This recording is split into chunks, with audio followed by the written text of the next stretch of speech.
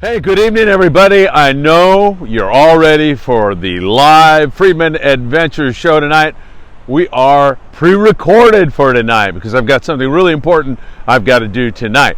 But there's a lot to talk to you about, and I'm so glad you joined us during the premiere here at 7 o'clock. You all can talk to one another, and I highly recommend you do that because this has become a real community. First and foremost, I want to thank you all so very much for helping us to continue to grow. Our subscriptions are up through the roof, and now we're getting thousands of views every single day and even more audio listens on Spotify and Apple Podcasts. Wherever you listen to your podcast, we're getting even more. So several thousand listens and views every day, and we owe that all to you. Thank you so very much. Also, let me thank some of our sponsors, 22nd Street Landing in beautiful San Pedro, California, Ventura Sport Fishing. They've got two great local trips for you planned this week. You can jump on the half-day boat up there, California, or the three-quarter-day boat, Island Spirit. Give them a call at 805-676-3474. Opsin Fluorocarbon. If you want to get more bites, then you're going to want to use Opsin like I'm using with this Daiwa rod right here. And speaking of Daiwa, they're our rod and reel sponsors. It's always great to have Daiwa on board, whether I'm down here in the surf or on a sport boat. Daiwa all the way. Malahini Sport Fishing out of beautiful H&M Landing in San Diego. We'll be on board the Malahini 3 times this year, so we hope to see you all there. And Fish Taco Chronicles magazine.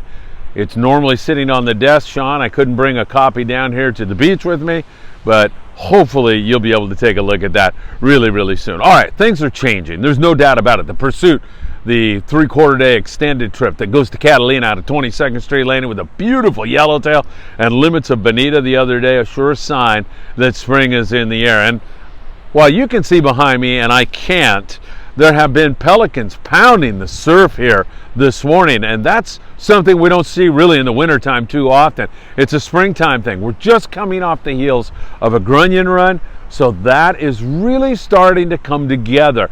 I'm going to give it a little try, and who knows, I might even break into tonight's show with a fish or two. I'll be making a couple casts in between talking to all of you. All right, first and foremost, let's talk about some of the fishing that is going on and what we might expect into the future. Number one, we look down about 140 miles south of Point Loma.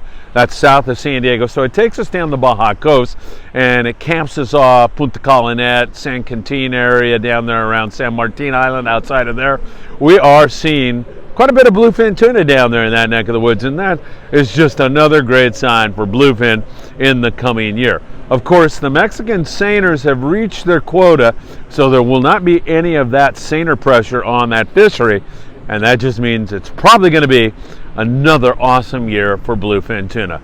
Tanner Bank was just so good to us all of last year, and I have my suspicions that that place will be biting again. It should be great.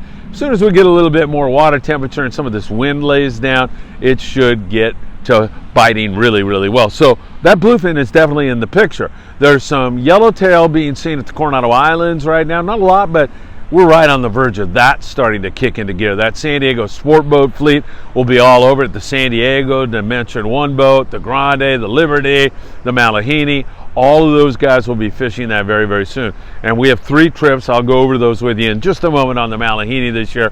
I certainly hope you can join us on one of those. So San Diego coming together, and of course in between the catching rockfish on many of the boats down there. And that's pretty much the situation as we move you up the coast now.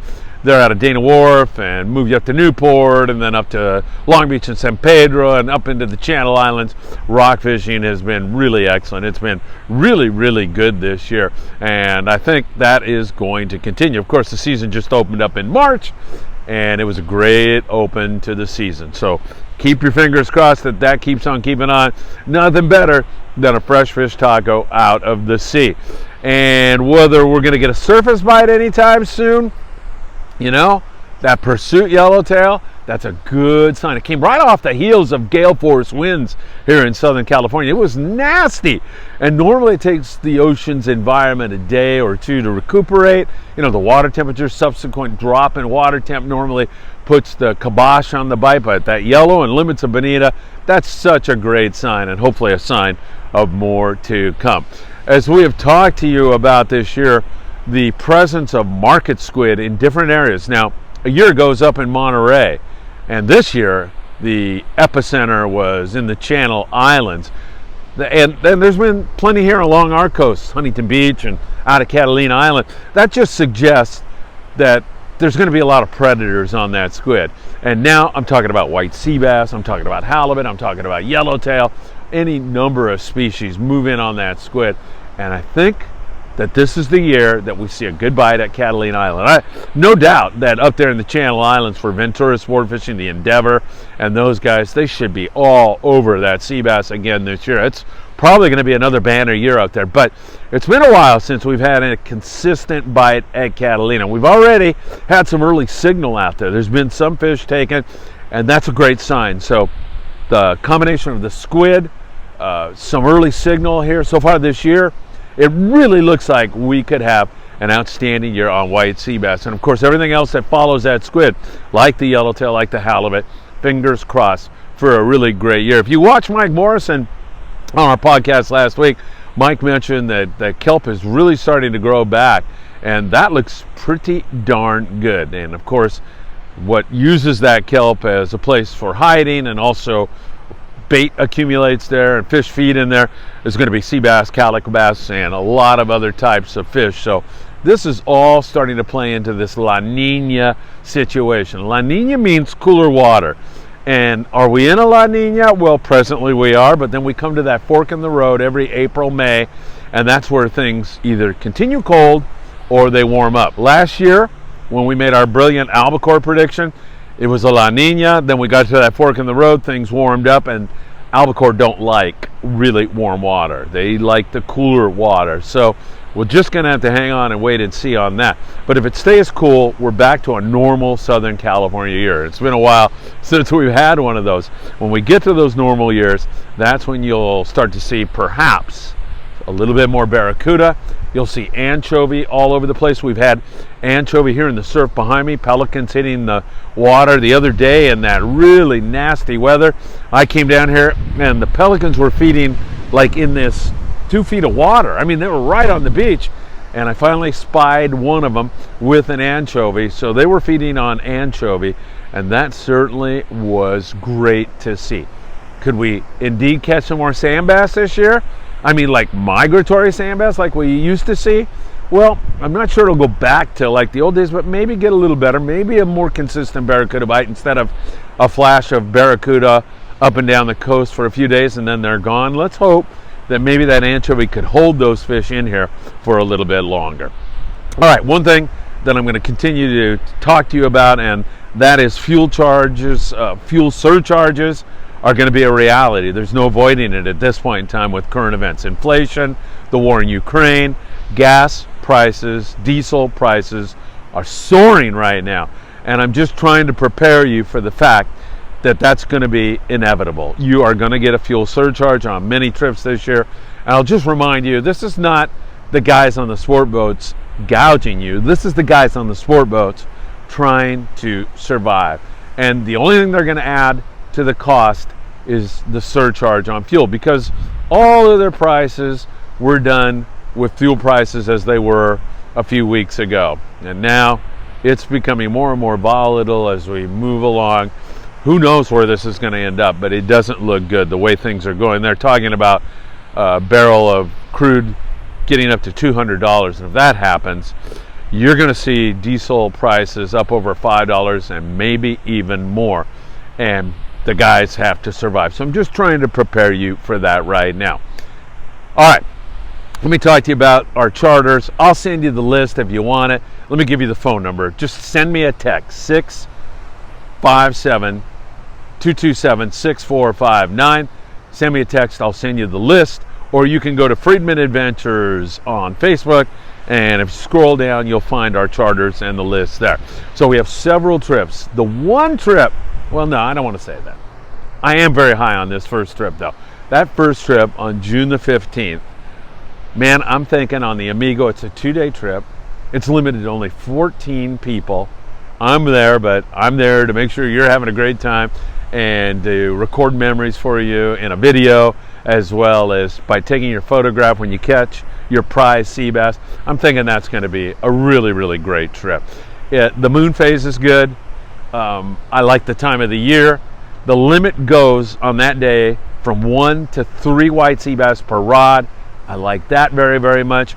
I'm thinking there's going to be yellowtail. We have all kinds of different scenarios that could play out. We could be on Tanner Bank one day catching bluefin and then dropping in to catch sea bass the next day. We could fish sea bass both days. We have rockfish. We have yellowtail at San Clemente Island. I know, no, none of this is for sure, but these are some of the options I see as a distinct possibility given what we're looking at right now. It really, really looks good. I mentioned that squid earlier on, and that is the reason I'm so high on sea bass. We have multiple islands on a 2-day trip that we can fish, including Catalina, San Clemente, San Nicolas, and further up there in the Channel Islands. On a 2-day trip, we can fish multiple islands, multiple species. That's going to be a great one, that Amigo trip. And backing that up, we have 3 trips on the Pride, but the July 5th departure trip on the Pride, again, the moon phase is perfect. It's a little bit later on in the year, so the water should be warm. That should be great for white sea bass, great for yellowtail. We should have bluefin available. That's going to be a great trip. 14, limited to 14. You got the whole boat to yourself. It should be a great trip. I'll be along with you again to shoot photos and record the whole thing. And then later on in the year, we have another trip on the Amigo. That'll be a fall trip. Our fall trips on the Amigo have been just epic. They have been so great. Mark Paisano Jr. will be running the boat, and he's been doing a fabulous job. We fish the bank. We catch those big yellows on Cortez sometimes. Islands are all available. And then we have a couple of fall trips on board the Pride. And those guys on the Pride, talk about a couple of butt kickers. I mean, they are really working hard. Michael and Sean, they will fish multiple islands. They will burn all the fuel you want. And we'll be there to make sure you're having a really, really great time. And then 3 other trips that we have, but you book these at MalahineSportFishing.com, and that's down there with my dear friend Bill Wilkerson. Bill, of course, runs the Malahine out of H&M Landing, and these trips are 6 in the morning until 6 in the evening, and they are a lot of fun. Now, on some of those trips, you might need a passport if we fish the Coronado Islands, but as we move into probably July, August, most of those are offshore trips, fishing for bluefin tuna, yellowfin tuna, kelp patty yellowtail, kelp patty dorado. You do not need a passport for those trips. So check on the website and you can spy up our trips. I believe we have one in July, August, and September, and those are great trips. We had nothing but a lot of fun with Bill last year. Really, really, really great trips with bluefin and dorado. We had so many people come out with us that it was their first trip, and it was just so much fun that it was an absolute blast. So, a lot of great stuff going on. I'm going to see if I can't catch you a fish right now. If not, well, then this will be the end of tonight's podcast. And again, we'll be back with you with a live podcast next Tuesday night. But I just wanted to make sure I stopped in and said hello before I go hitting the beach with my Daiwa rod and reel, ready for some yellowfin croaker, maybe a halibut, maybe something even better. So, for Friedman Adventures, once again, we thank you all so very much for making us number one. We continue to grow, we continue to put out more and more content, and we continue to be thankful for each and every one of you who make it all possible. Take great care, and we'll see you right here with another Friedman Adventures podcast, a live one next Tuesday, but every single day, new content just for you. Take care, and thanks so very much. So, I was thinking, while we're watching all these pelicans hit the water, how about we play a few of the best of Friedman Adventures for you to wind this evening up. Stay tuned for some great episodes from the past.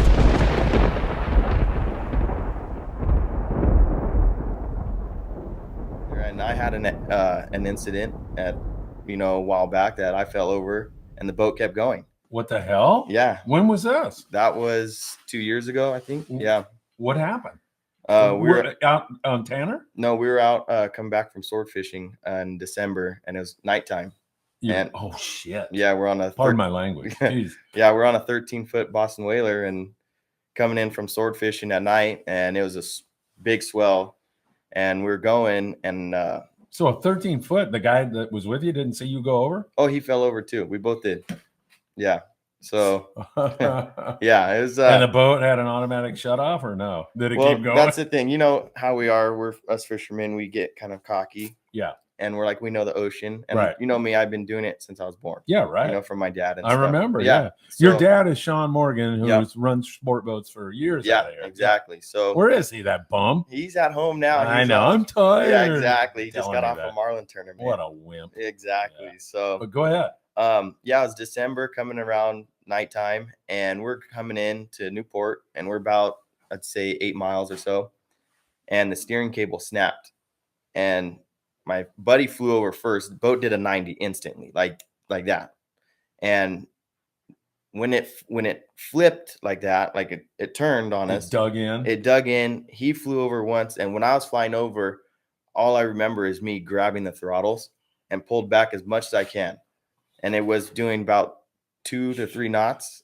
And I was like, looking, and I'm in winter gear. I have 3 jackets on, jeans, and my deck boots and stuff. You caught up to the boat, Simon? Well, no. So this would happen. So I was thinking I was drowning, basically. I had water coming in. Kicking all your stuff off. I was trying to get everything off. Yeah. But everything's suction cupped to me. So I couldn't get anything off except my boots and my pants. And so I'm swimming. I'm choking on water.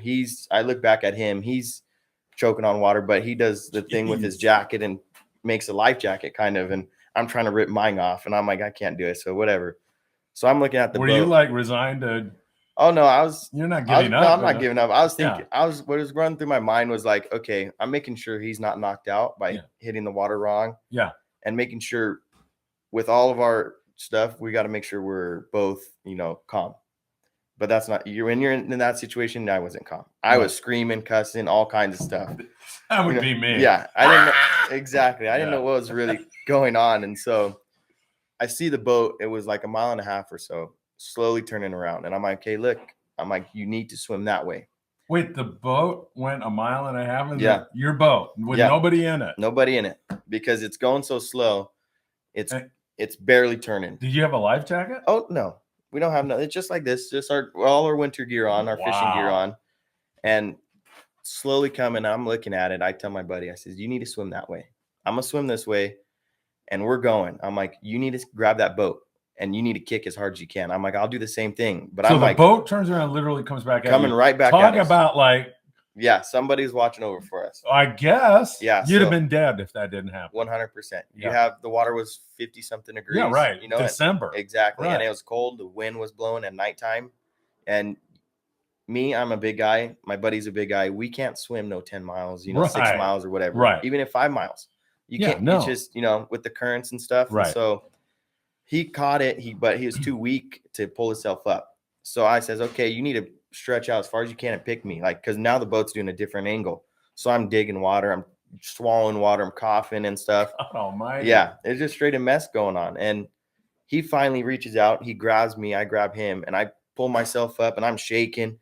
Pull the throttles back. I lift him up. I says, dude, we're lucky. Lucky, beyond lucky. Yeah, we both hug each other and says, let's kind of. He's like, let's go back, let's go home. I said, no, let's gather ourselves real quick and kind of think what we're doing.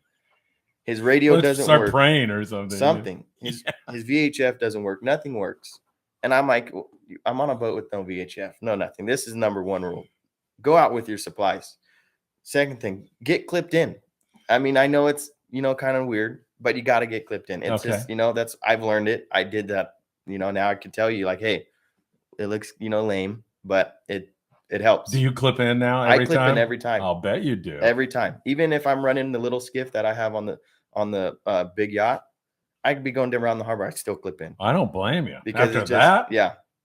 So I had 2% on my phone. My phone went in the water. And I remember I had 2%. I had 3 people I was going to call. I was going to call 911 or my captain or my dad. I was like, I don't know who to call right now. And my buddy's like, hey, let's call Vessel Assist, see if we can get him out here. We call him. We tell him our location 3 times, 4 times. No one showed up at all. And I'm like, this is great. Did you tell him that you'd fallen over and all that crap too? Yeah, we told we as fast as we can, as much as we can. Oh, yeah, because you got 2%. Yeah. Yeah. So phone dies, and my buddy's like, now what? I says, well, you're going to be on the throttles, and I'm going to grab the engine and the outboard and steer it by hand. I'm like, don't go fast, go slow, because I can't, Yeah, right. it's going to, keep doing that. Right. So it took us, I'd say, 4 hours to go 8 miles. To go 8 miles into the harbor. We're going to Newport Beach. Oh my God. Then you have another 2 hours basically to get all the way to the dunes back there in the back bay. It took another 2? Yeah. And by now toes are turning purple almost. And it's exhausted. Exhausted, freezing. Just at least I had the engine to keep warm. And I told him, I said, let's switch off. Because I'm like, that's great. You're cold. I'm cold. This engine's has a little warmth that we can keep it. He's all right. So we, did that. We got in, put the boat on the trailer, turned on the heater. We were just down in basically our underwear. Drove home in our underwear, basically. I just can't wait to see. What a sight. Yeah, exactly. What are people on the freeway and stuff looking at these 2 guys? Just no shirt, no nothing, just in their underwear. And we get home, and his mom just heated. She doesn't know what's going on, and I'm like trying to stay calm and just tell her, like, hey, this what happened. What, she was freaking out? Yeah, she's freaking out. Because you walked in your underwear or what? No, just because it was late at night, and, usually we're in by then. Oh, okay. So you were long overdue. Way long overdue. Yeah. And then she sees us in our underwear, just wet, basically. Doesn't know what's going on. So it's definitely a sight to see. But yeah, I'm Rudy, what are the odds that the freaking boat would turn around and head for you guys? Yeah, trust me, I know. There's someone. I never heard this story. My God, thank God. Yeah. It's I called a couple people that night, and they told me the next day, I heard it in your voice that like you were definitely scared. And pretty unbelievable, Steve. This is like right up there with Desiree almost, and not quite, but the fact that the boat turned around blows me away. Unbelievable. Yeah. Jeez. It was definitely a crazy time. Like somebody was watching over me, and well, us, I should say, there's something there.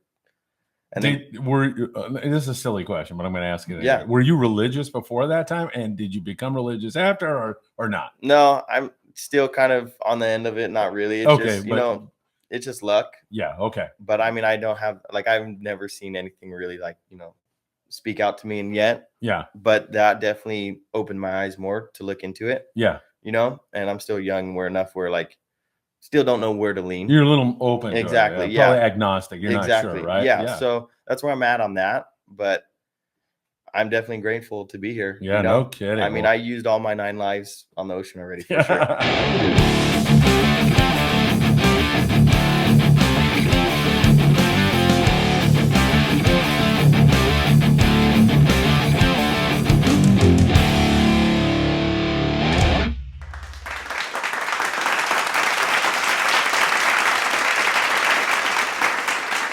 Speaking of fish stories, Mike Morrison, again, the manager at 22nd Street Landing, the insane man that we know he is. Yeah. The sheep's head story. I don't know the sheep's head story. God, Lord, you're not going to do this to me. Please, I want to hear the sheep's head story. The sheephead story. Well, there is,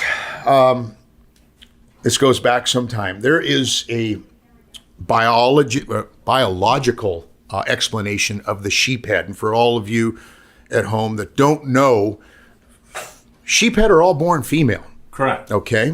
And depending on the health of the reef that they're living on, if there are more males on that reef than females, then the female sheephead will stay, a female for a lot longer. Hell, I've seen 9-10 pound female sheephead before, and sometimes you see 2-pound males, and it directly proportional. It's pretty incredible. You think incredible. About it, right? What a way to keep your species going. Like, hey, there's no males. Hey, sweetheart, let's turn into a male. But they automatically, instinctively know we need more males, so they'll turn into a male at a smaller, and that helps keep their species going.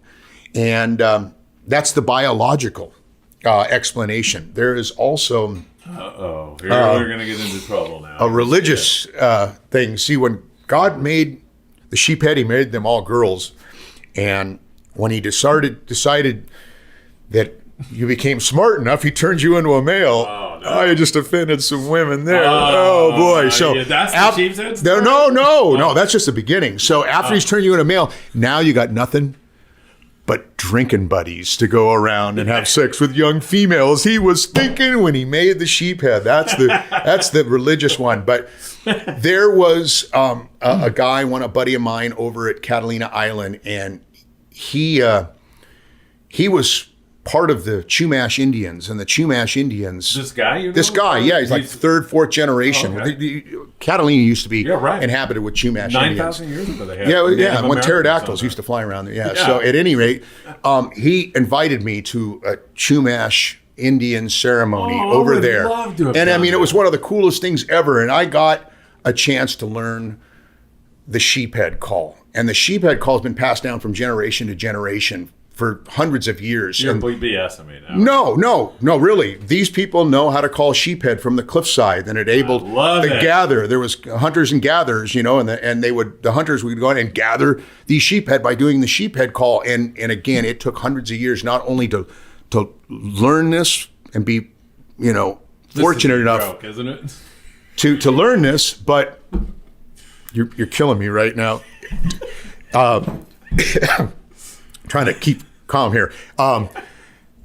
You had to have been fortunate enough to learn this, and I was. And they taught me, and I practiced until finally I got it. And now when we go fishing, I use the sheephead call, and man, we've had limits of sheephead for many, many Do you do it trips. on the PA? No, I have to do it in person because that way you get the actual gist of it, and you have to be on the rail because the PA kind of scares them. But yeah. Sheephead goes something like this, and watch carefully. This is the call? This is the call. Yeah.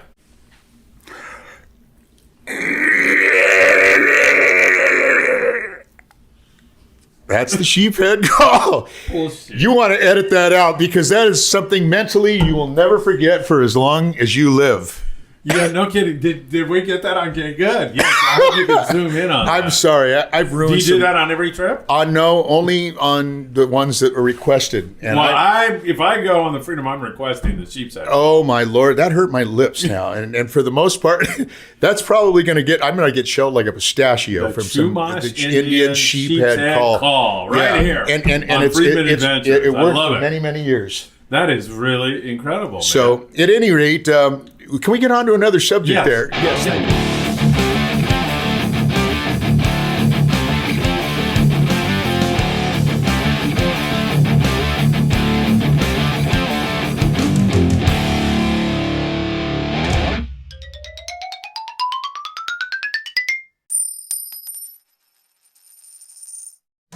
$100 challenge to tie a dropper loop as fast as Tino Valentine. A dropper loop is a knot that we used if most for what? For really any kind of fish, but we use it in the squid grounds, and usually the dropper loop is a weight on the bottom and a loop about 4 feet up off the bottom, and we use live squid. And the reason for that is the nest is on the sand, and if there is a squid sticking 4 feet up above the sand or these eggs where the predators come in, it's an easy target. So it's a great rig to use, and you can even reverse it and put the weight in the loop and the hook at the end and drag it along and do a halibut drift. So it's multi-functional as far as the knot. But yeah, I've been tying the knot now for 30-something years, and I remember Greg Jacobs back in the day. Yeah. We would fish the squid grounds, and then we would have a 5-mile move, and you had 30 minutes to tie up 25, 30 people's dropper loops. And if you didn't, he'd come out, you got everybody tied up? And I'd be like, well, no, you're like, you get on me, right? So I had to figure out a way to tie a dropper loop until one day he came out, you got them all tied up? And I'm like, yeah. He's like, be loney, you do not. And I'm like, yeah, I do. Everybody's like, did you guys help him? No, he actually did it himself. So I finally figured it out, you know what I mean? And I've tried to teach people how to do this knot, and I have to go in slow motion, and even then, people come back years later, dude, could you do that knot one more time? Maybe we can do it twice, slow motion and fast. I will. So let me ask you this. Yeah. Have you ever had anybody beat you? Not even close. Get out of here. Nobody? Not even close. Not another deckhand or skipper or captain no. or anybody? I try to teach my What about you, deckhands. Steve? Do you know how to tie a dropper loop? I do, but I don't think I can beat nowhere. Yeah, I I threw out challenges over the days and won quite a few cheeseburgers. Are you throwing one beers. out right now? Yeah, man. I mean, I'm not as fast as I used to be. It definitely, I've lost a little kick in my get along. You know what I mean? let's But see at this. one point, I think it was 4 seconds, probably 5 or 6 seconds. Hey, is somebody going to time this? Alex, can you time this? Timer guy. Yeah, we get it. Timer.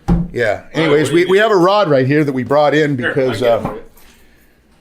There we go. Oh, you already tied it. Yeah, No wonder. we have a weight tied on here, and the weight is good for to keep the line down. You know what I mean? It kind of, you need pressure on one end and you need pressure on the other want me to end. hold that or I want you to hold that. Okay. So Wait if a I minute can, now. Here we go. yeah, if I can do this for you, This is amazing. this is the Are you gonna? Can you do this and do the sheep's head call at the same time? impossible. Okay. Don't ask me because I guarantee you that can't be done. You need both hands, but you want to grab probably about this much line if you're seeing that, you know, and start your loop about here. And I'm going to stand up. It might be a little easier for me. Okay, hold that right there. Yeah. And it goes something like this. Ready? Yeah. Go. There's your dropper loop. That is freaking fast. Okay, and for the most part, And that is perfectly tied. that's I can perfectly see that. tied. And I have tied this knot 1,747,000 times in my life for passengers, and it works. 3.71. I just beat my world record right there. Did you? Oh, yeah, I used On 4 Friedman seconds. Adventures. On Friedman 3.71. Adventures. I feel honored, lucky right there. Oh, my So, at any rate, That was amazing. Yeah, Is there um, some sleight of hand trick that you did there now, or like is this like? no. I wasn't paying attention. People Was that have- not there before this all happened? I don't think so. That's pretty damn no, good. no, that was, that just, and again, I could probably do that. Want to do another one? I'll do another one Do we because want we use, slow or? yeah. One more fast one and one slow one. Oh, Okay. All right, you got to do two more. All right. Are you timing again? You know what? This is amazing. Do you have that pair of scissors outside? Is there a Guinness Book of World Records? I don't know, but that would be cool, wouldn't it? I don't think normal I've got- people have any No, idea what a yeah. dropper loop is. Guinness Book of World has just inducted a new dropper loop, Yeah. Hall of Fame.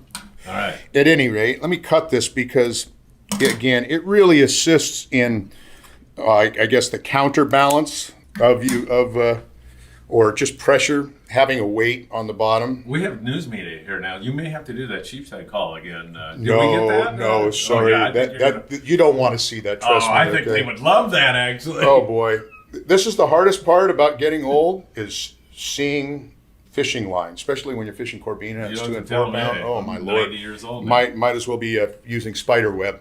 So at any rate, you want the fast one again? Okay, we're gonna Yeah. see if we can beat 3.71. Ready, set, go. Oh, dropper loop. 3.83. Oh, I almost had it, but at any rate, you get the Really? gist. This is again. Does your sinker or your hook go there? No, the hook goes in the loop. Yeah. The weight's on the bottom, and again, the reason for this is you want to get that bait suspended above a squid nest. And again, Yeah. when these predators come in the morning, primarily at gray light, they're looking for these squid that aren't back in the nest or haven't gone into deep Good water. rig for white sea bass. One of the yellowtail. best rig right here ever for white sea bass, yellowtail, halibut even. Yeah, we caught tons of this. If you are using this knot, may I recommend highly using the Palomar. And I want to give you guys a really good explanation, the reason for that. 99% of the time you're hooking big game and you just take your hook and you put it through the eye, like people like to do, Right. and then wrap it back around your hook, okay? And you'll hook your dream fish, your 45-pound sea bass, and it runs and all of a sudden it breaks. And what happens? This comes in and it's cut from both ends and you have two single things. And the reason that happens is because a lot of the manufacturers' hooks where they're machined, the eye, it's a sharp. razor blade. Yeah. In between that. That eye does not come down and meet and is not milled to perfection. And when you just loop it around, that line gets in that little razor blade and there's enough pressure and it just cuts this like 2 pound. Gotcha. Okay, so you want to tie a Palomar and without having a giant hook, you basically do a knot and then go over the top of the hook. Okay, and Gotcha. at that point, if this was the eye of the hook, your line is on the end of the eye. It's not in the gap, and it can pull as hard as possible. Matter of fact, if one of the lines even breaks, the knot is so strong that the other single strand will stay connected. That's great. And you can still catch that fish. So, Do you need him to do that slowly one more time? Yeah. yeah, okay. So now we're going to do. Are you going to time him on this one? Oh, do you need a hook? You want to? I can show you, and I don't know if you want to do any form of How are we doing on time? Okay. 20 minutes. Yeah, we're Okay. good. Oh, now you're putting pressure on me. Yeah. Come on. So, anyways, again, this is a ring hook, which is probably a really good thing because it helps me see a lot easier. But again, if you just slide your hook through that and then go over the hook one time and pull and cinch, Right. it goes right into that gap. Okay, this is a ring hook, so that's not the case. Yeah. And again, the Palomar is just send it through the eye, you tie a knot, and then go back over the hook. Give it a little lick and pull straight down. Now, as you can see, both strands are on the end of that hook. They are not in contact with the eye and the gap, which is a razor blade, and that is a must. And I'm guessing if you don't know how to do that and you walk on the Freedom, guys will show you how, right? Every time. Good. Our crew is as good a crew as you can find anywhere on the planet. Absolutely. These guys, again, we all thrive for the same thing. We want to make this not only a memorable experience, but we want you to come home with big bags of love, of just fillets that you'll have for the next couple of weeks and get you back out here. Absolutely. So, but again, I want everybody to learn at least one thing, and if I'm going to teach anybody anything, that would probably be I can do the slow motion one without cutting this one because it's not a speedy thing. But at any rate, pretty darn good. what you want to do is basically you want to just take the bottom line and this and create a loop. Okay, so there's your loop. Okay, you want to grab this line and the main line and you want to twirl them together. Okay, once you've done it 4 or 5 times, you open it up, grab the other line, pull down.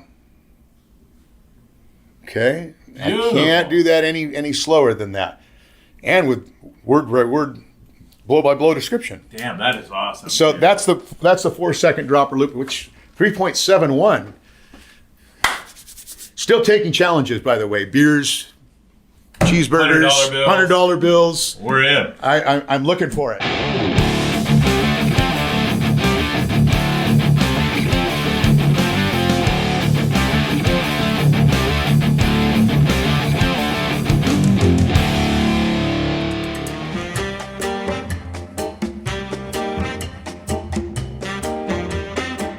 Tell everybody your experiences fishing Baja, Mexico. When you cross the border, what's the feeling you have? I'm leaving all the BS behind. Roger that. That as soon as we cross the Roger border, that. the fun begins. Dig it. No sense of fear. It's always fun. Yep. Always fun. And you got a really cool thing going on. We need to link up with her and get some. Yeah. fishing. I'm doing it. Diego Nuno and Ensenada. How do you like it? It's the best. I mean, Diego knows that place like the back of his hand. If we didn't catch fish when we went with him, it would be bitching just from the geography we're seeing. Yes, the absolutely. the landscape and everything. Salsa you get north of the Ensenada. It's so bitching, man. Bill, But their first trip. So I took them for their first trip. You can hang on just one more second. And we went to Palmas de Cortez. We drove down there.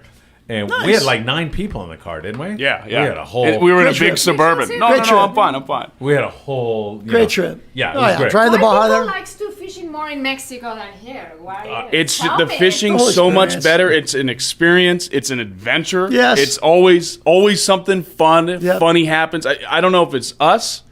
Nah, It's maybe. Mexican But- waters. I don't know from We the- made that crossing, from Guerrero across the Vizcaino Yeah. desert, and then you see the Sea of Cortez, and insane, huh? I kept saying, It's crazy, huh? it's magical, you guys. Wait It till you is. see this, and it was. Oh, yeah. It was so mad. And then we get there, and I go, you guys, you're gonna probably catch a marlin, and they're like, oh no, they were young. We went out with Jose and Jose. We had so many marlin in the first hour. They're like, can we do something else? And I'm like, you little, I wanted to punch him. We must have had like 20 marlin. So It was then- stupid. Then we go into the beach. We're catching roosters, yellowfin tuna. Patrick throws a sardine to catch another yellowfin and swings, and a marlin jumps. I go, you hooked another marlin. It was. You still remember that, right? Magical. It's just. How do you forget it's- that? You can't. Yeah. You can't. It's You know, as a bitching. Mexican, I love to hear American people Oh, being yeah. so good about Mexico. Of course. I love it. I always say, Phil, you are amazing, gringo, pro Mexico. Yeah. And I can tell Bill too. Yeah, so that is Bill's cool. insane about it too. Yeah. You can't. We're not lying though. It's the experiences we carry. If we had bad experiences there, we wouldn't be talking about it. That's right. It's true, yeah. So I love it. Mexico, woo! Yeah. Crazy All right. stories. I got some funny other ones too, but Go ahead. I don't know if Yeah, you want me tell to it. tell them. I don't care. Go ahead. Oh, you want to do the snake story or something? There's Or- the snake story. Go There's, ahead. Tell them another one. God, this was what back when you were your old business partner Terrence Berg had the biggest fear of snakes. We were driving down the road. We're probably an hour and a half away, and we see a dead snake on the side of the road. I go, hey, let's get that, and we'll stick it in Terrence's bed. It'll be hilarious. So I get out. I take my brother's brand new fly rod. I pick the snake up by the tail, and I stick that under its head, and I sit back in the Suburban. I got it sitting in my lap. He So drives. cold. His cruise speed is about 90 miles an hour. I used to drive that Suburban. I go, let's see what it takes to shut it off. What was it? 110? 110. Yeah. So we're going about 90 down the highway. I've got this snake in my lap, and the next thing I know, this thing slithers up my leg, and it sticks its head looking at me, and I start screaming, "It's alive! It's alive!" And I'm going, what do I... And like, he's swerving all over the damn road. The window's open. I throw the fly rod and the snake out the window. Never saw either of them again. We went back and looked all over hell for that fly rod. Couldn't find it. Yeah. That was too funny. Probably yeah. flew away. I love corny jokes like that. That's really corny. You tell the hot peanut story. Oh, well, these maniacs. We're in Ciudad Constitucion. Okay. And we just stopped and we're at a liquor store. And I go, please get me some picante peanuts. Yeah. I want some peanuts. Yeah. So these guys go in. He's and driving, so he's had us picking the peanuts out for him. But what we did was we picked every chili out and stuck it in his hand. So he ate a handful of just straight chilies. And it's like a Sunday morning at like 8 a.m. There's families going to church. Yeah, I'm throwing up out the Out window. the window. And they God, just yes. think he's just some drunk gringo. Yeah, the poor Mexican family with the kids and everything going to la misa, going to mass. They're looking like Bill, gringos. it is you know? a trouble. It's problems in Mexico. Those guys. Those guys making the Yeah. troubles in Though Mexico. that's the most dangerous Not part. Mexico, Well, we're yeah. screwing with each other. We don't really get anybody else Absolutely. involved. But God, there's so many memories we can go down, and just the fun riding quads on the beach with your Of surf course. rods in tow, man. And you're looking for breezing roosters. It's a bitchin' place, magical. Well, we all have these Baja stories could go on and on for years. But we were filming the Baja series, and we were on our way home. So we'd been down to Baja for like 6 weeks, and we're in San Jose del Cabo, and we had done a couple of shows there.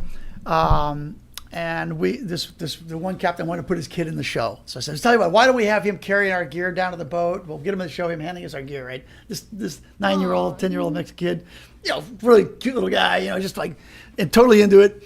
So we do that, and as we're leaving San Jose del Cabo, we're going to go to Loreto, LA Bay across the border. We're done filming. So we're leaving San Jose del Cabo, and I go, you know what? There's a fish cleaning facility at the little Pangero Marina in San Jose del Cabo. I've been all over the world. There's no place I've ever seen that has a place that nice for filleting your fish. It's not just one table with a shade. There's like 7 tables with macerators. It's all palapid, all cement. It's unbelievable. I said, I want to feature this. It might be a 30-second part of the show. I want to feature it because I've never seen like this in my life. So we pull into that place. There's one old Mexican guy filleting some fish, right? And I asked, hey, pardon, permiso para, filme, para programe, pescaderos, Baja. I mean, I'm just butchering the language. This guy loves it. I know. And I go, can I just film you filleting this fish? Yeah, no problem. So he's filleting this beautiful, 12-pound leopard grouper. Does a beautiful job as y'all do, Been doing this stuff for years. You could have been blindfolded on him. He's done with it, and he hands me these fillets. I'm going, no. That is No Mexican gracias, no. people. Yeah, Para, right? para su familia, That you know, is no Mexican. necesario para mí, you know. He's all, no. And they You? offended, yeah, of course. I go, no, you don't get it. We're all good, bro. This is for you and your family, but thank you very much. You did a beautiful job, and talk to you later. He goes, no. He puts it in a bag, and he insists that we're taking this beautiful. And you take it. Who doesn't like grouper, right? Right. Especially leopard grouper. That stuff's like candy. Okay, we'll take it. We're out of here. Gracias, amigo. Yeah, thank you for you. We're driving out, and that 8-year-old kid is on the side of the road because he knew we were leaving. He's like, stop. And there's a big brown paper bag at his feet. So we stop. We go, hey, what up? He goes, where are you? Mangoes. Because June Oh, wow. in San Jose del Cabo is mango harvest. yeah. He gives these beautiful mangoes. And we love mango margaritas at the Tailhunter. You know, Yeah. John and Julie make the best mango margaritas. We're not stopping in La Paz. We're going to Loreto. And there's this one restaurant we wanted to get to in time to take that grouper and those mangoes, have mango margaritas and Wow. grouper dinner. So we're going up the highway, you know, and it's getting a little late. It's like 8 o'clock. Don, it's like 9 o'clock. We pull into Loreto. We go right to that restaurant. We pull right up with a boat in the truck, park on the opposite side of the road. You know, it's like, Yeah. who gives a shit? Right. We're here, you know? We pull up, and here's the owner of the restaurant and his 2 employees locking the place up and leaving. And we're like, we just drove 8 hours towing that boat on that highway. You know, all I want to do is drink mango margaritas and eat this fish. I'm so bummed, right? And I go, oh my God, you guys are closed? Yeah. And so I told him, you know, we drove 8 hours from San Jose del Cabo. We got these mangoes, we got this fish. We came here just for your restaurant. But we understand, is there any other restaurant in town that you suggest we could take this fish to? I know. And he turns to his employees. You know what happened. You know He that looks at laugh. us. Como no? He unlocks that door. He walks us back in there. And he goes, come on, I'll cook that for you. I said, listen, this is incredible. Nobody in the United States would ever reopen their Yeah. restaurant Hell no. for 3 gringos with Yeah. some fish and some mangoes. I said, here's what's going to happen. They dial 911 in America. Roger that. I said, here's what we're going to do. If you're going to do this for us, here's what we're going to do for you. You will be joining us for these mango margaritas. You will be joining us for this fish dinner. So let's make this a party. We go in. He cooks it 3 different ways, right? So typical. Yeah. And then they all were just having these mango margaritas, blah, blah, blah, blah, blah. At the end of it, you know, I just go, that was phenomenal. ¿Cuánto, amigo? ¿Cuánto? How much? He looks, $30? $10 each. We're like, no. We gave him 60. It's like, are you serious? There's no way. It's 60. It was a banging deal. He was stoked. The guys we all had eaten, had Bill. that would never happen in the United States. That When says people it tell me, all. why do you love Mexico? Stories like that are why you love Right. Mexico. I'll go to my grave with that story. Exactly. The people there are so kind and so, I mean, like you said, you're not going to find that here. People are like 3 weirdos that show up with a bag of mangoes and some fish. I'm dialing 911. Check it out. So my 2 crew, they were from Toronto. They were Canadians. Ooh, wow. And I told them, I go, before we start this, because they were a little worried, just like you said. Their family's going, you're going to Mexico? You're going to be, how long are you going to be down there? Like 6 weeks. What? 6 weeks in Mexico? You're like, by car? How does Bill really know this place? Blah, blah, blah. They were all, you know, They the want families to were double the concerned. life insurance and everything, right? Yeah. So I told them, I go, before we cross the border, I said, I'll tell you guys right now, this experience for the next 6 weeks, it's going to F up your life. And they What do you were- mean? I go, yeah, when you come down there for 6 weeks and you realize how amazing it is, you're going to want to live in Mexico. Yeah. You ain't going to want to live in the cold of Toronto. This is going to F up your life. And they, Dude, and that happened? We get north. We're getting to the border to go north. We go, I don't want to go home. I don't want to go back to Toronto. I don't want to go back to LA. I mean, it literally messed up their life. And guess what? One of my camera guys, he lives in Cabo now. Wow. He's got a girlfriend. He got a Good. charter business. He freaking lives in Cabo. that is awesome. Yeah. It's so true. So true. Yeah, right? Yeah. I mean, Daryl Van absolutely. Slack. Daryl, if you're watching, bro, hook it up. Daryl! Yeah. No, he's really good.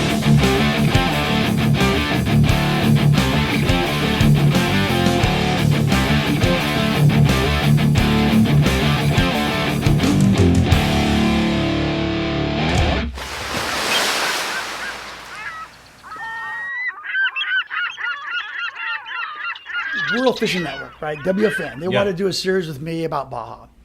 And so we did one years ago. It was Bill Boyce's Baja, you know. I always wanted to name it Destination Baja. I like Bill Well- Boyce's Baja. Well, better. they did that, and then after that series, though, I came out with my own series called Destination Baja Sur, right? right. So, but that original Bill Boyce's Baja, they flew some guys from Toronto because they wanted to kind of go down and see if there was even if it would be of interest to their viewers. Yeah. So they brought a couple of producers down and a director, and they said, "Let's go to Mexico. You show us an experience in Mexico, and we'll see that if it's going to be worthy of a series." Uh-oh. I don't blame them. That's an investment. Yeah, exactly. Big investment.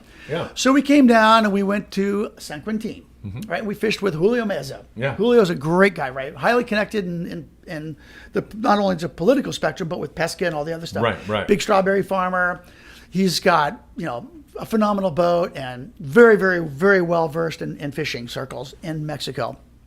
So we fished with Julio, and we went offshore looking for kelp patties and stuff, and we're like 30 miles out, beautiful, greasy, calm day, seeing all kinds of kelp patties. I mean, the size of this room, not a single yellowtail on them.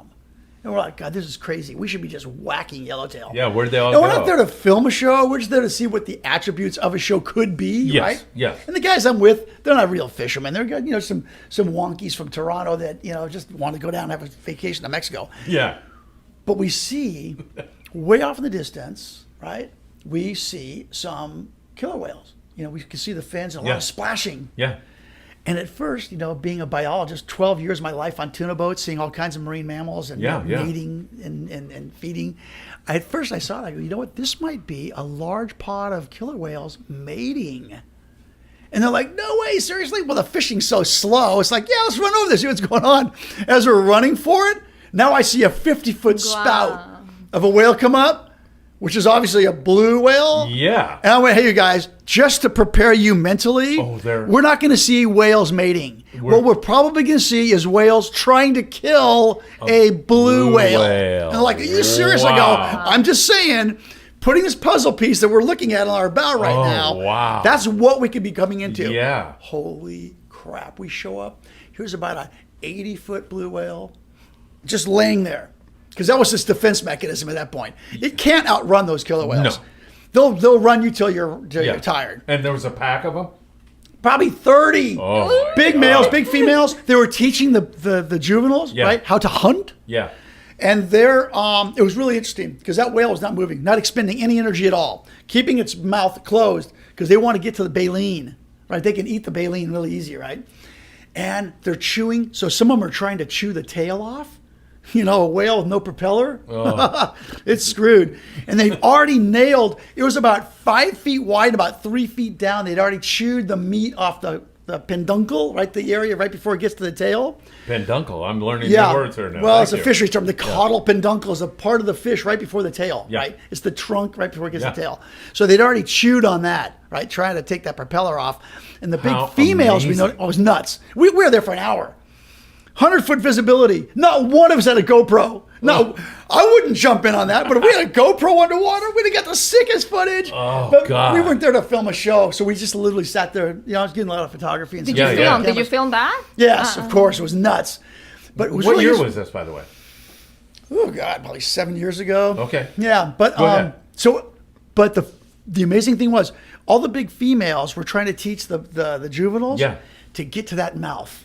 They were trying to rip on the lips of that blue whale, and man, she kept her lips just tight because they wanted to get to that baleen. Yeah. So they were chewing on her lips, chewing on the tail, and that whale just laid there, going, you know what? If I can just outlast them, I'm good. I'm not going to outrun them. It was amazing. We sat there for an hour and watched that. That finally had is to take an off. amazing story. I'll never, I'll never see Yeah, that again in what my happened? life. That's a once in a lifetime. I'll never see that again in my life. Alejandro wants a But happy what ending to this. That the happened? blue There was whale no happy. swam The on happy us. ending was we didn't have to witness anything other than him attacking it. But what happened after that tail? That was just they ate the I'm whale. assuming. Yeah. I would have to assume. This is the way things go in I would nature. have to assume that she probably survived it. He or she probably survived it. Yeah, I wanted to. Oh, Maybe. now Did you you're see?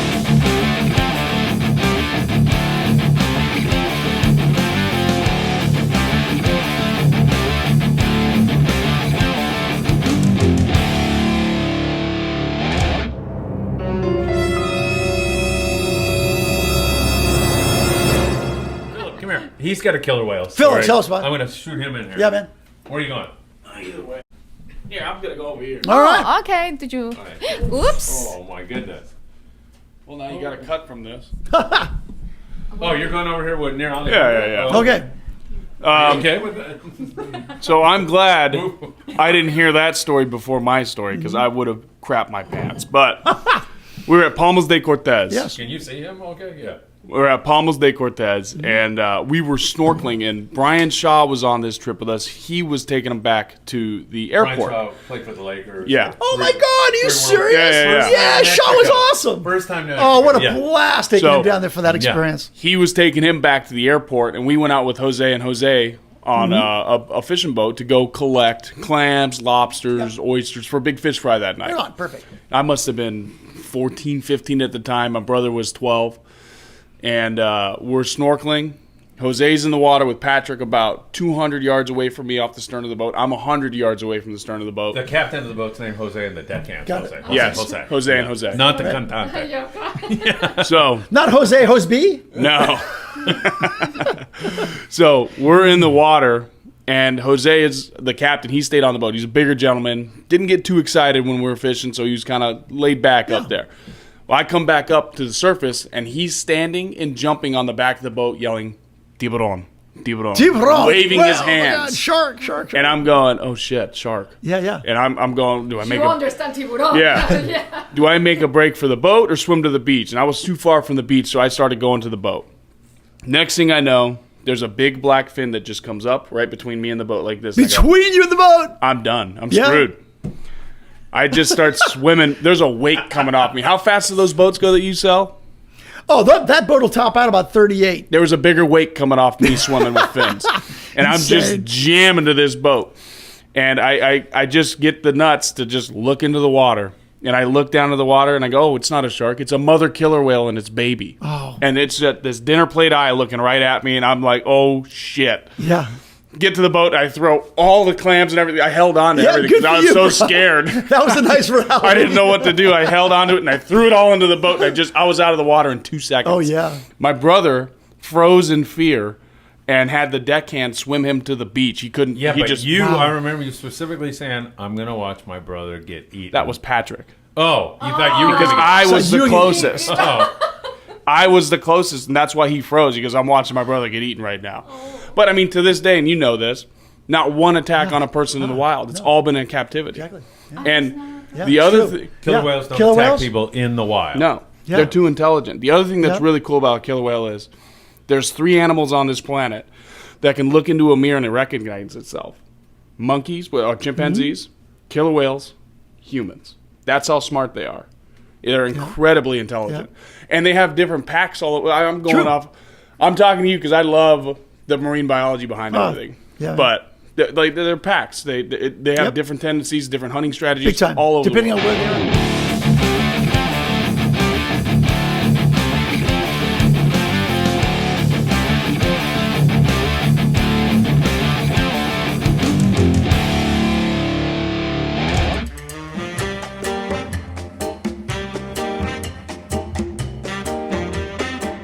Tell everybody your experiences fishing Baja, Mexico. When you cross the border, what's the feeling you have? I'm leaving all the BS behind. Roger that. That as soon as we cross the Roger border, that. the fun begins. Dig it. No sense of fear. It's always fun. Yep. Always fun. And you got a really cool thing going on. We need to link up with her and get some. Yeah. fishing. I'm doing With it. Diego Nuno and Ensenada. How do you like it? It's the best. I mean, Diego knows that place like the back of his hand. If we didn't catch fish when we went with him, it would be bitching just from the geography we're seeing. Yes, the absolutely. the landscape and South everything. Puedes, you get north of the Ensenada. That's It's so bitching, man. Bill, But- their first trip. So I took them for their first trip. You can hang on just one more second. And we went to Palmas de Cortez. We drove down there. And we had like 9 people in the car, didn't we? Yeah. We had a whole. And we were in a Great big trip. suburban. No, Great trip. I'm fine. I'm fine. We had a whole great trip. Yeah, it Oh, was yeah. great. Try the Why Baja people there. likes to fishing more in Mexico than here? Why? It's Tell the me. fishing's whole so much experience. better. It's an experience. It's an adventure. Yes. It's always something fun, Yep. funny happens. I don't know if it's us. Nah, It's maybe. Mexican But- waters. I don't know from We the- made that crossing, from Guerrero across the Vizcaino Yeah. desert, and then you see the Sea of Cortez. And I insane, huh? kept saying, It's crazy, huh? it's magical, you guys. Wait It till you is. see this, and it was. Oh, yeah. It was so mad. And then we get there, and I go, you guys, You're going to probably catch a marlin. And they're like, oh, no, they're young. We went out with Jose and Jose. We had so many marlin in the first hour. They're like, can we do something else? And I'm like, you little, I wanted to punch him. We must have had like 20 marlin. So it was stupid. Then we go into the beach. We're catching roosters, yellowfin tuna. Patrick throws a sardine to catch another yellowfin and swings, and a marlin jumps. I go, you hooked another marlin. Wow. That was, you still remember that, right? It's just. How do you forget that? You can't. You can't. It's bitching. As a Mexican, I love to hear American people. Oh, yeah. So good about Mexico. Of course. I love it. I always say, Phil, you are amazing. Gringo, pro Mexico. Yeah. And I can tell Bill too. Bill's insane about it too. Yeah. You can't. We're not lying though. It's the experiences we carry. If we had bad experiences there, we wouldn't be talking about it. That's right. It's true, yeah.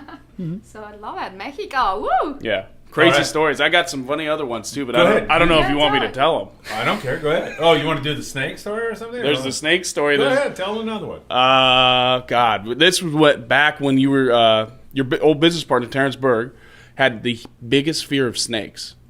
We were driving down the road. We're probably an hour and a half away, and we see a dead snake on the side of the road.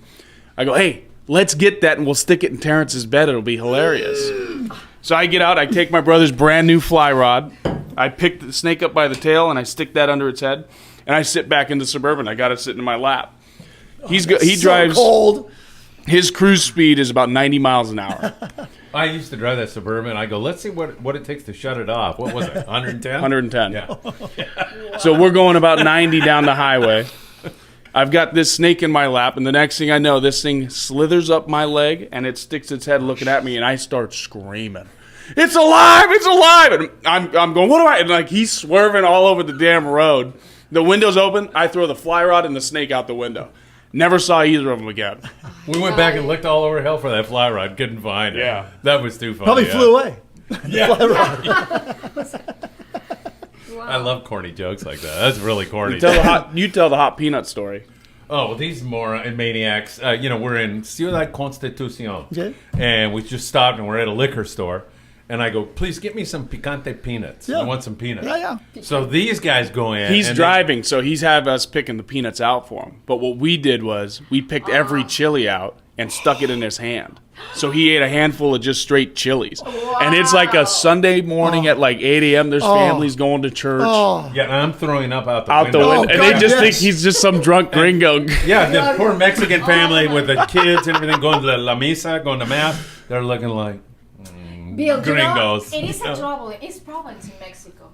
Those guys. Those guys making the troubles in Mexico. That's the most dangerous part. Well, we're screwing with each other. We don't really get anybody else involved. But God, there's so many memories we can go down, and just the fun riding quads on the beach with your surf rods in tow, man, and you're looking for breezing roosters. It's a bitchin' place. Magical. Well, we all have these Baja stories could go on and on for years.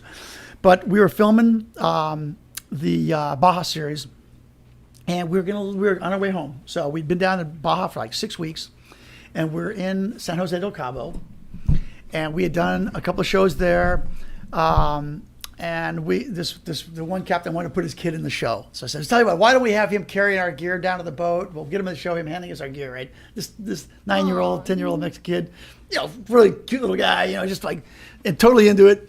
So we do that, and as we're leaving San Jose del Cabo, we're going to go to Loreto, LA Bay across the border. We're done filming. So we're leaving San Jose del Cabo, and I go, you know what? There's a fish cleaning facility at the little Pangero Marina in San Jose del Cabo. I've been all over the world. There's no place I've ever seen that has a place that nice for filleting your fish. It's not just one table with a shade.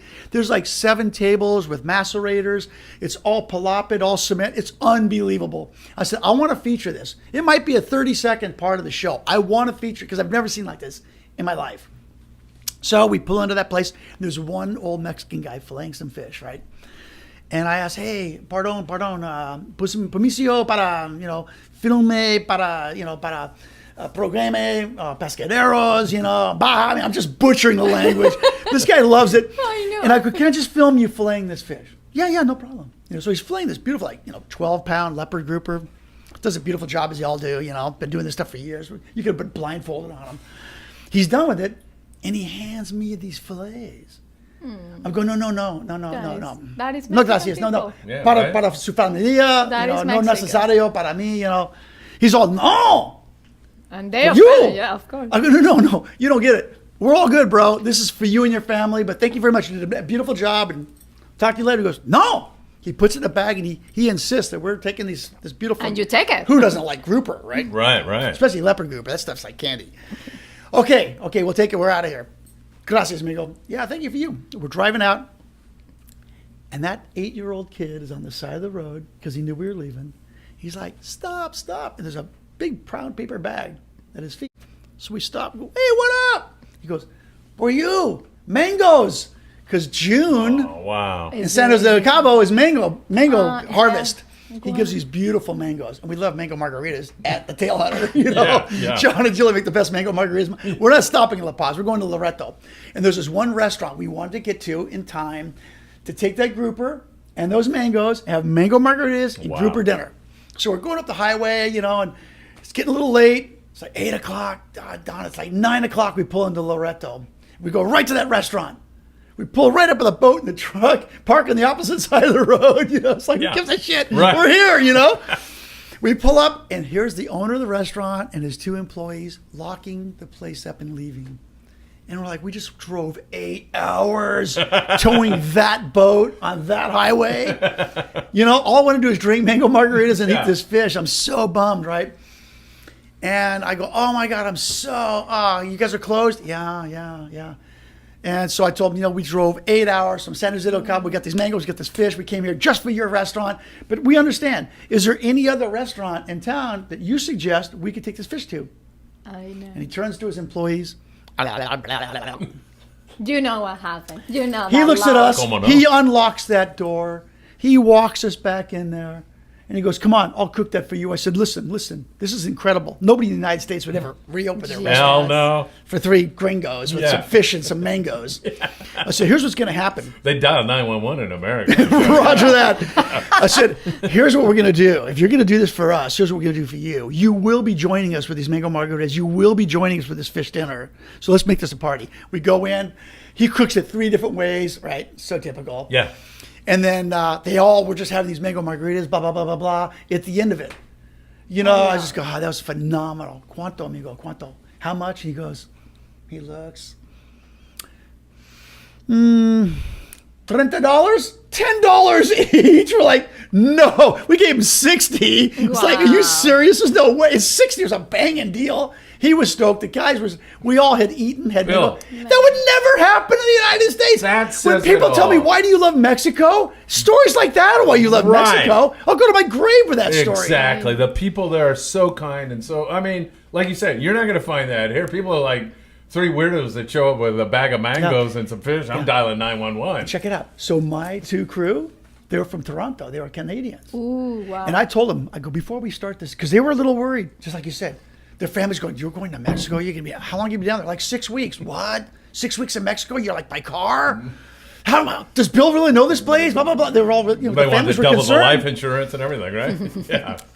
So I told them, before we cross the border, I said, I'll tell you guys right now, this experience for the next 6 weeks, it's going to F up your life. And they What do you were- mean? I go, yeah, when you come down there for 6 weeks and you realize how amazing it is, you're going to want to live in Mexico. Yeah. You ain't going to want to live in the cold of Toronto. This is going to F up your life.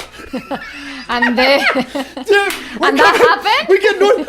We're getting to the border to go north. We go, I don't want to go home. I don't want to go back to Toronto. I don't want to go back to LA. I mean, it literally messed up their life. Guess what? One of my camera guys, he lives in Cabo now. Wow. He's got a girlfriend. He got a Good. charter business. He freaking lives in Cabo. That is awesome. Yeah. It's so true. So true. Yeah, right? Yeah. I Daryl Van absolutely- Slack. Daryl, if you're watching, bro, hook it up. Daryl! Yeah. No, he's really good.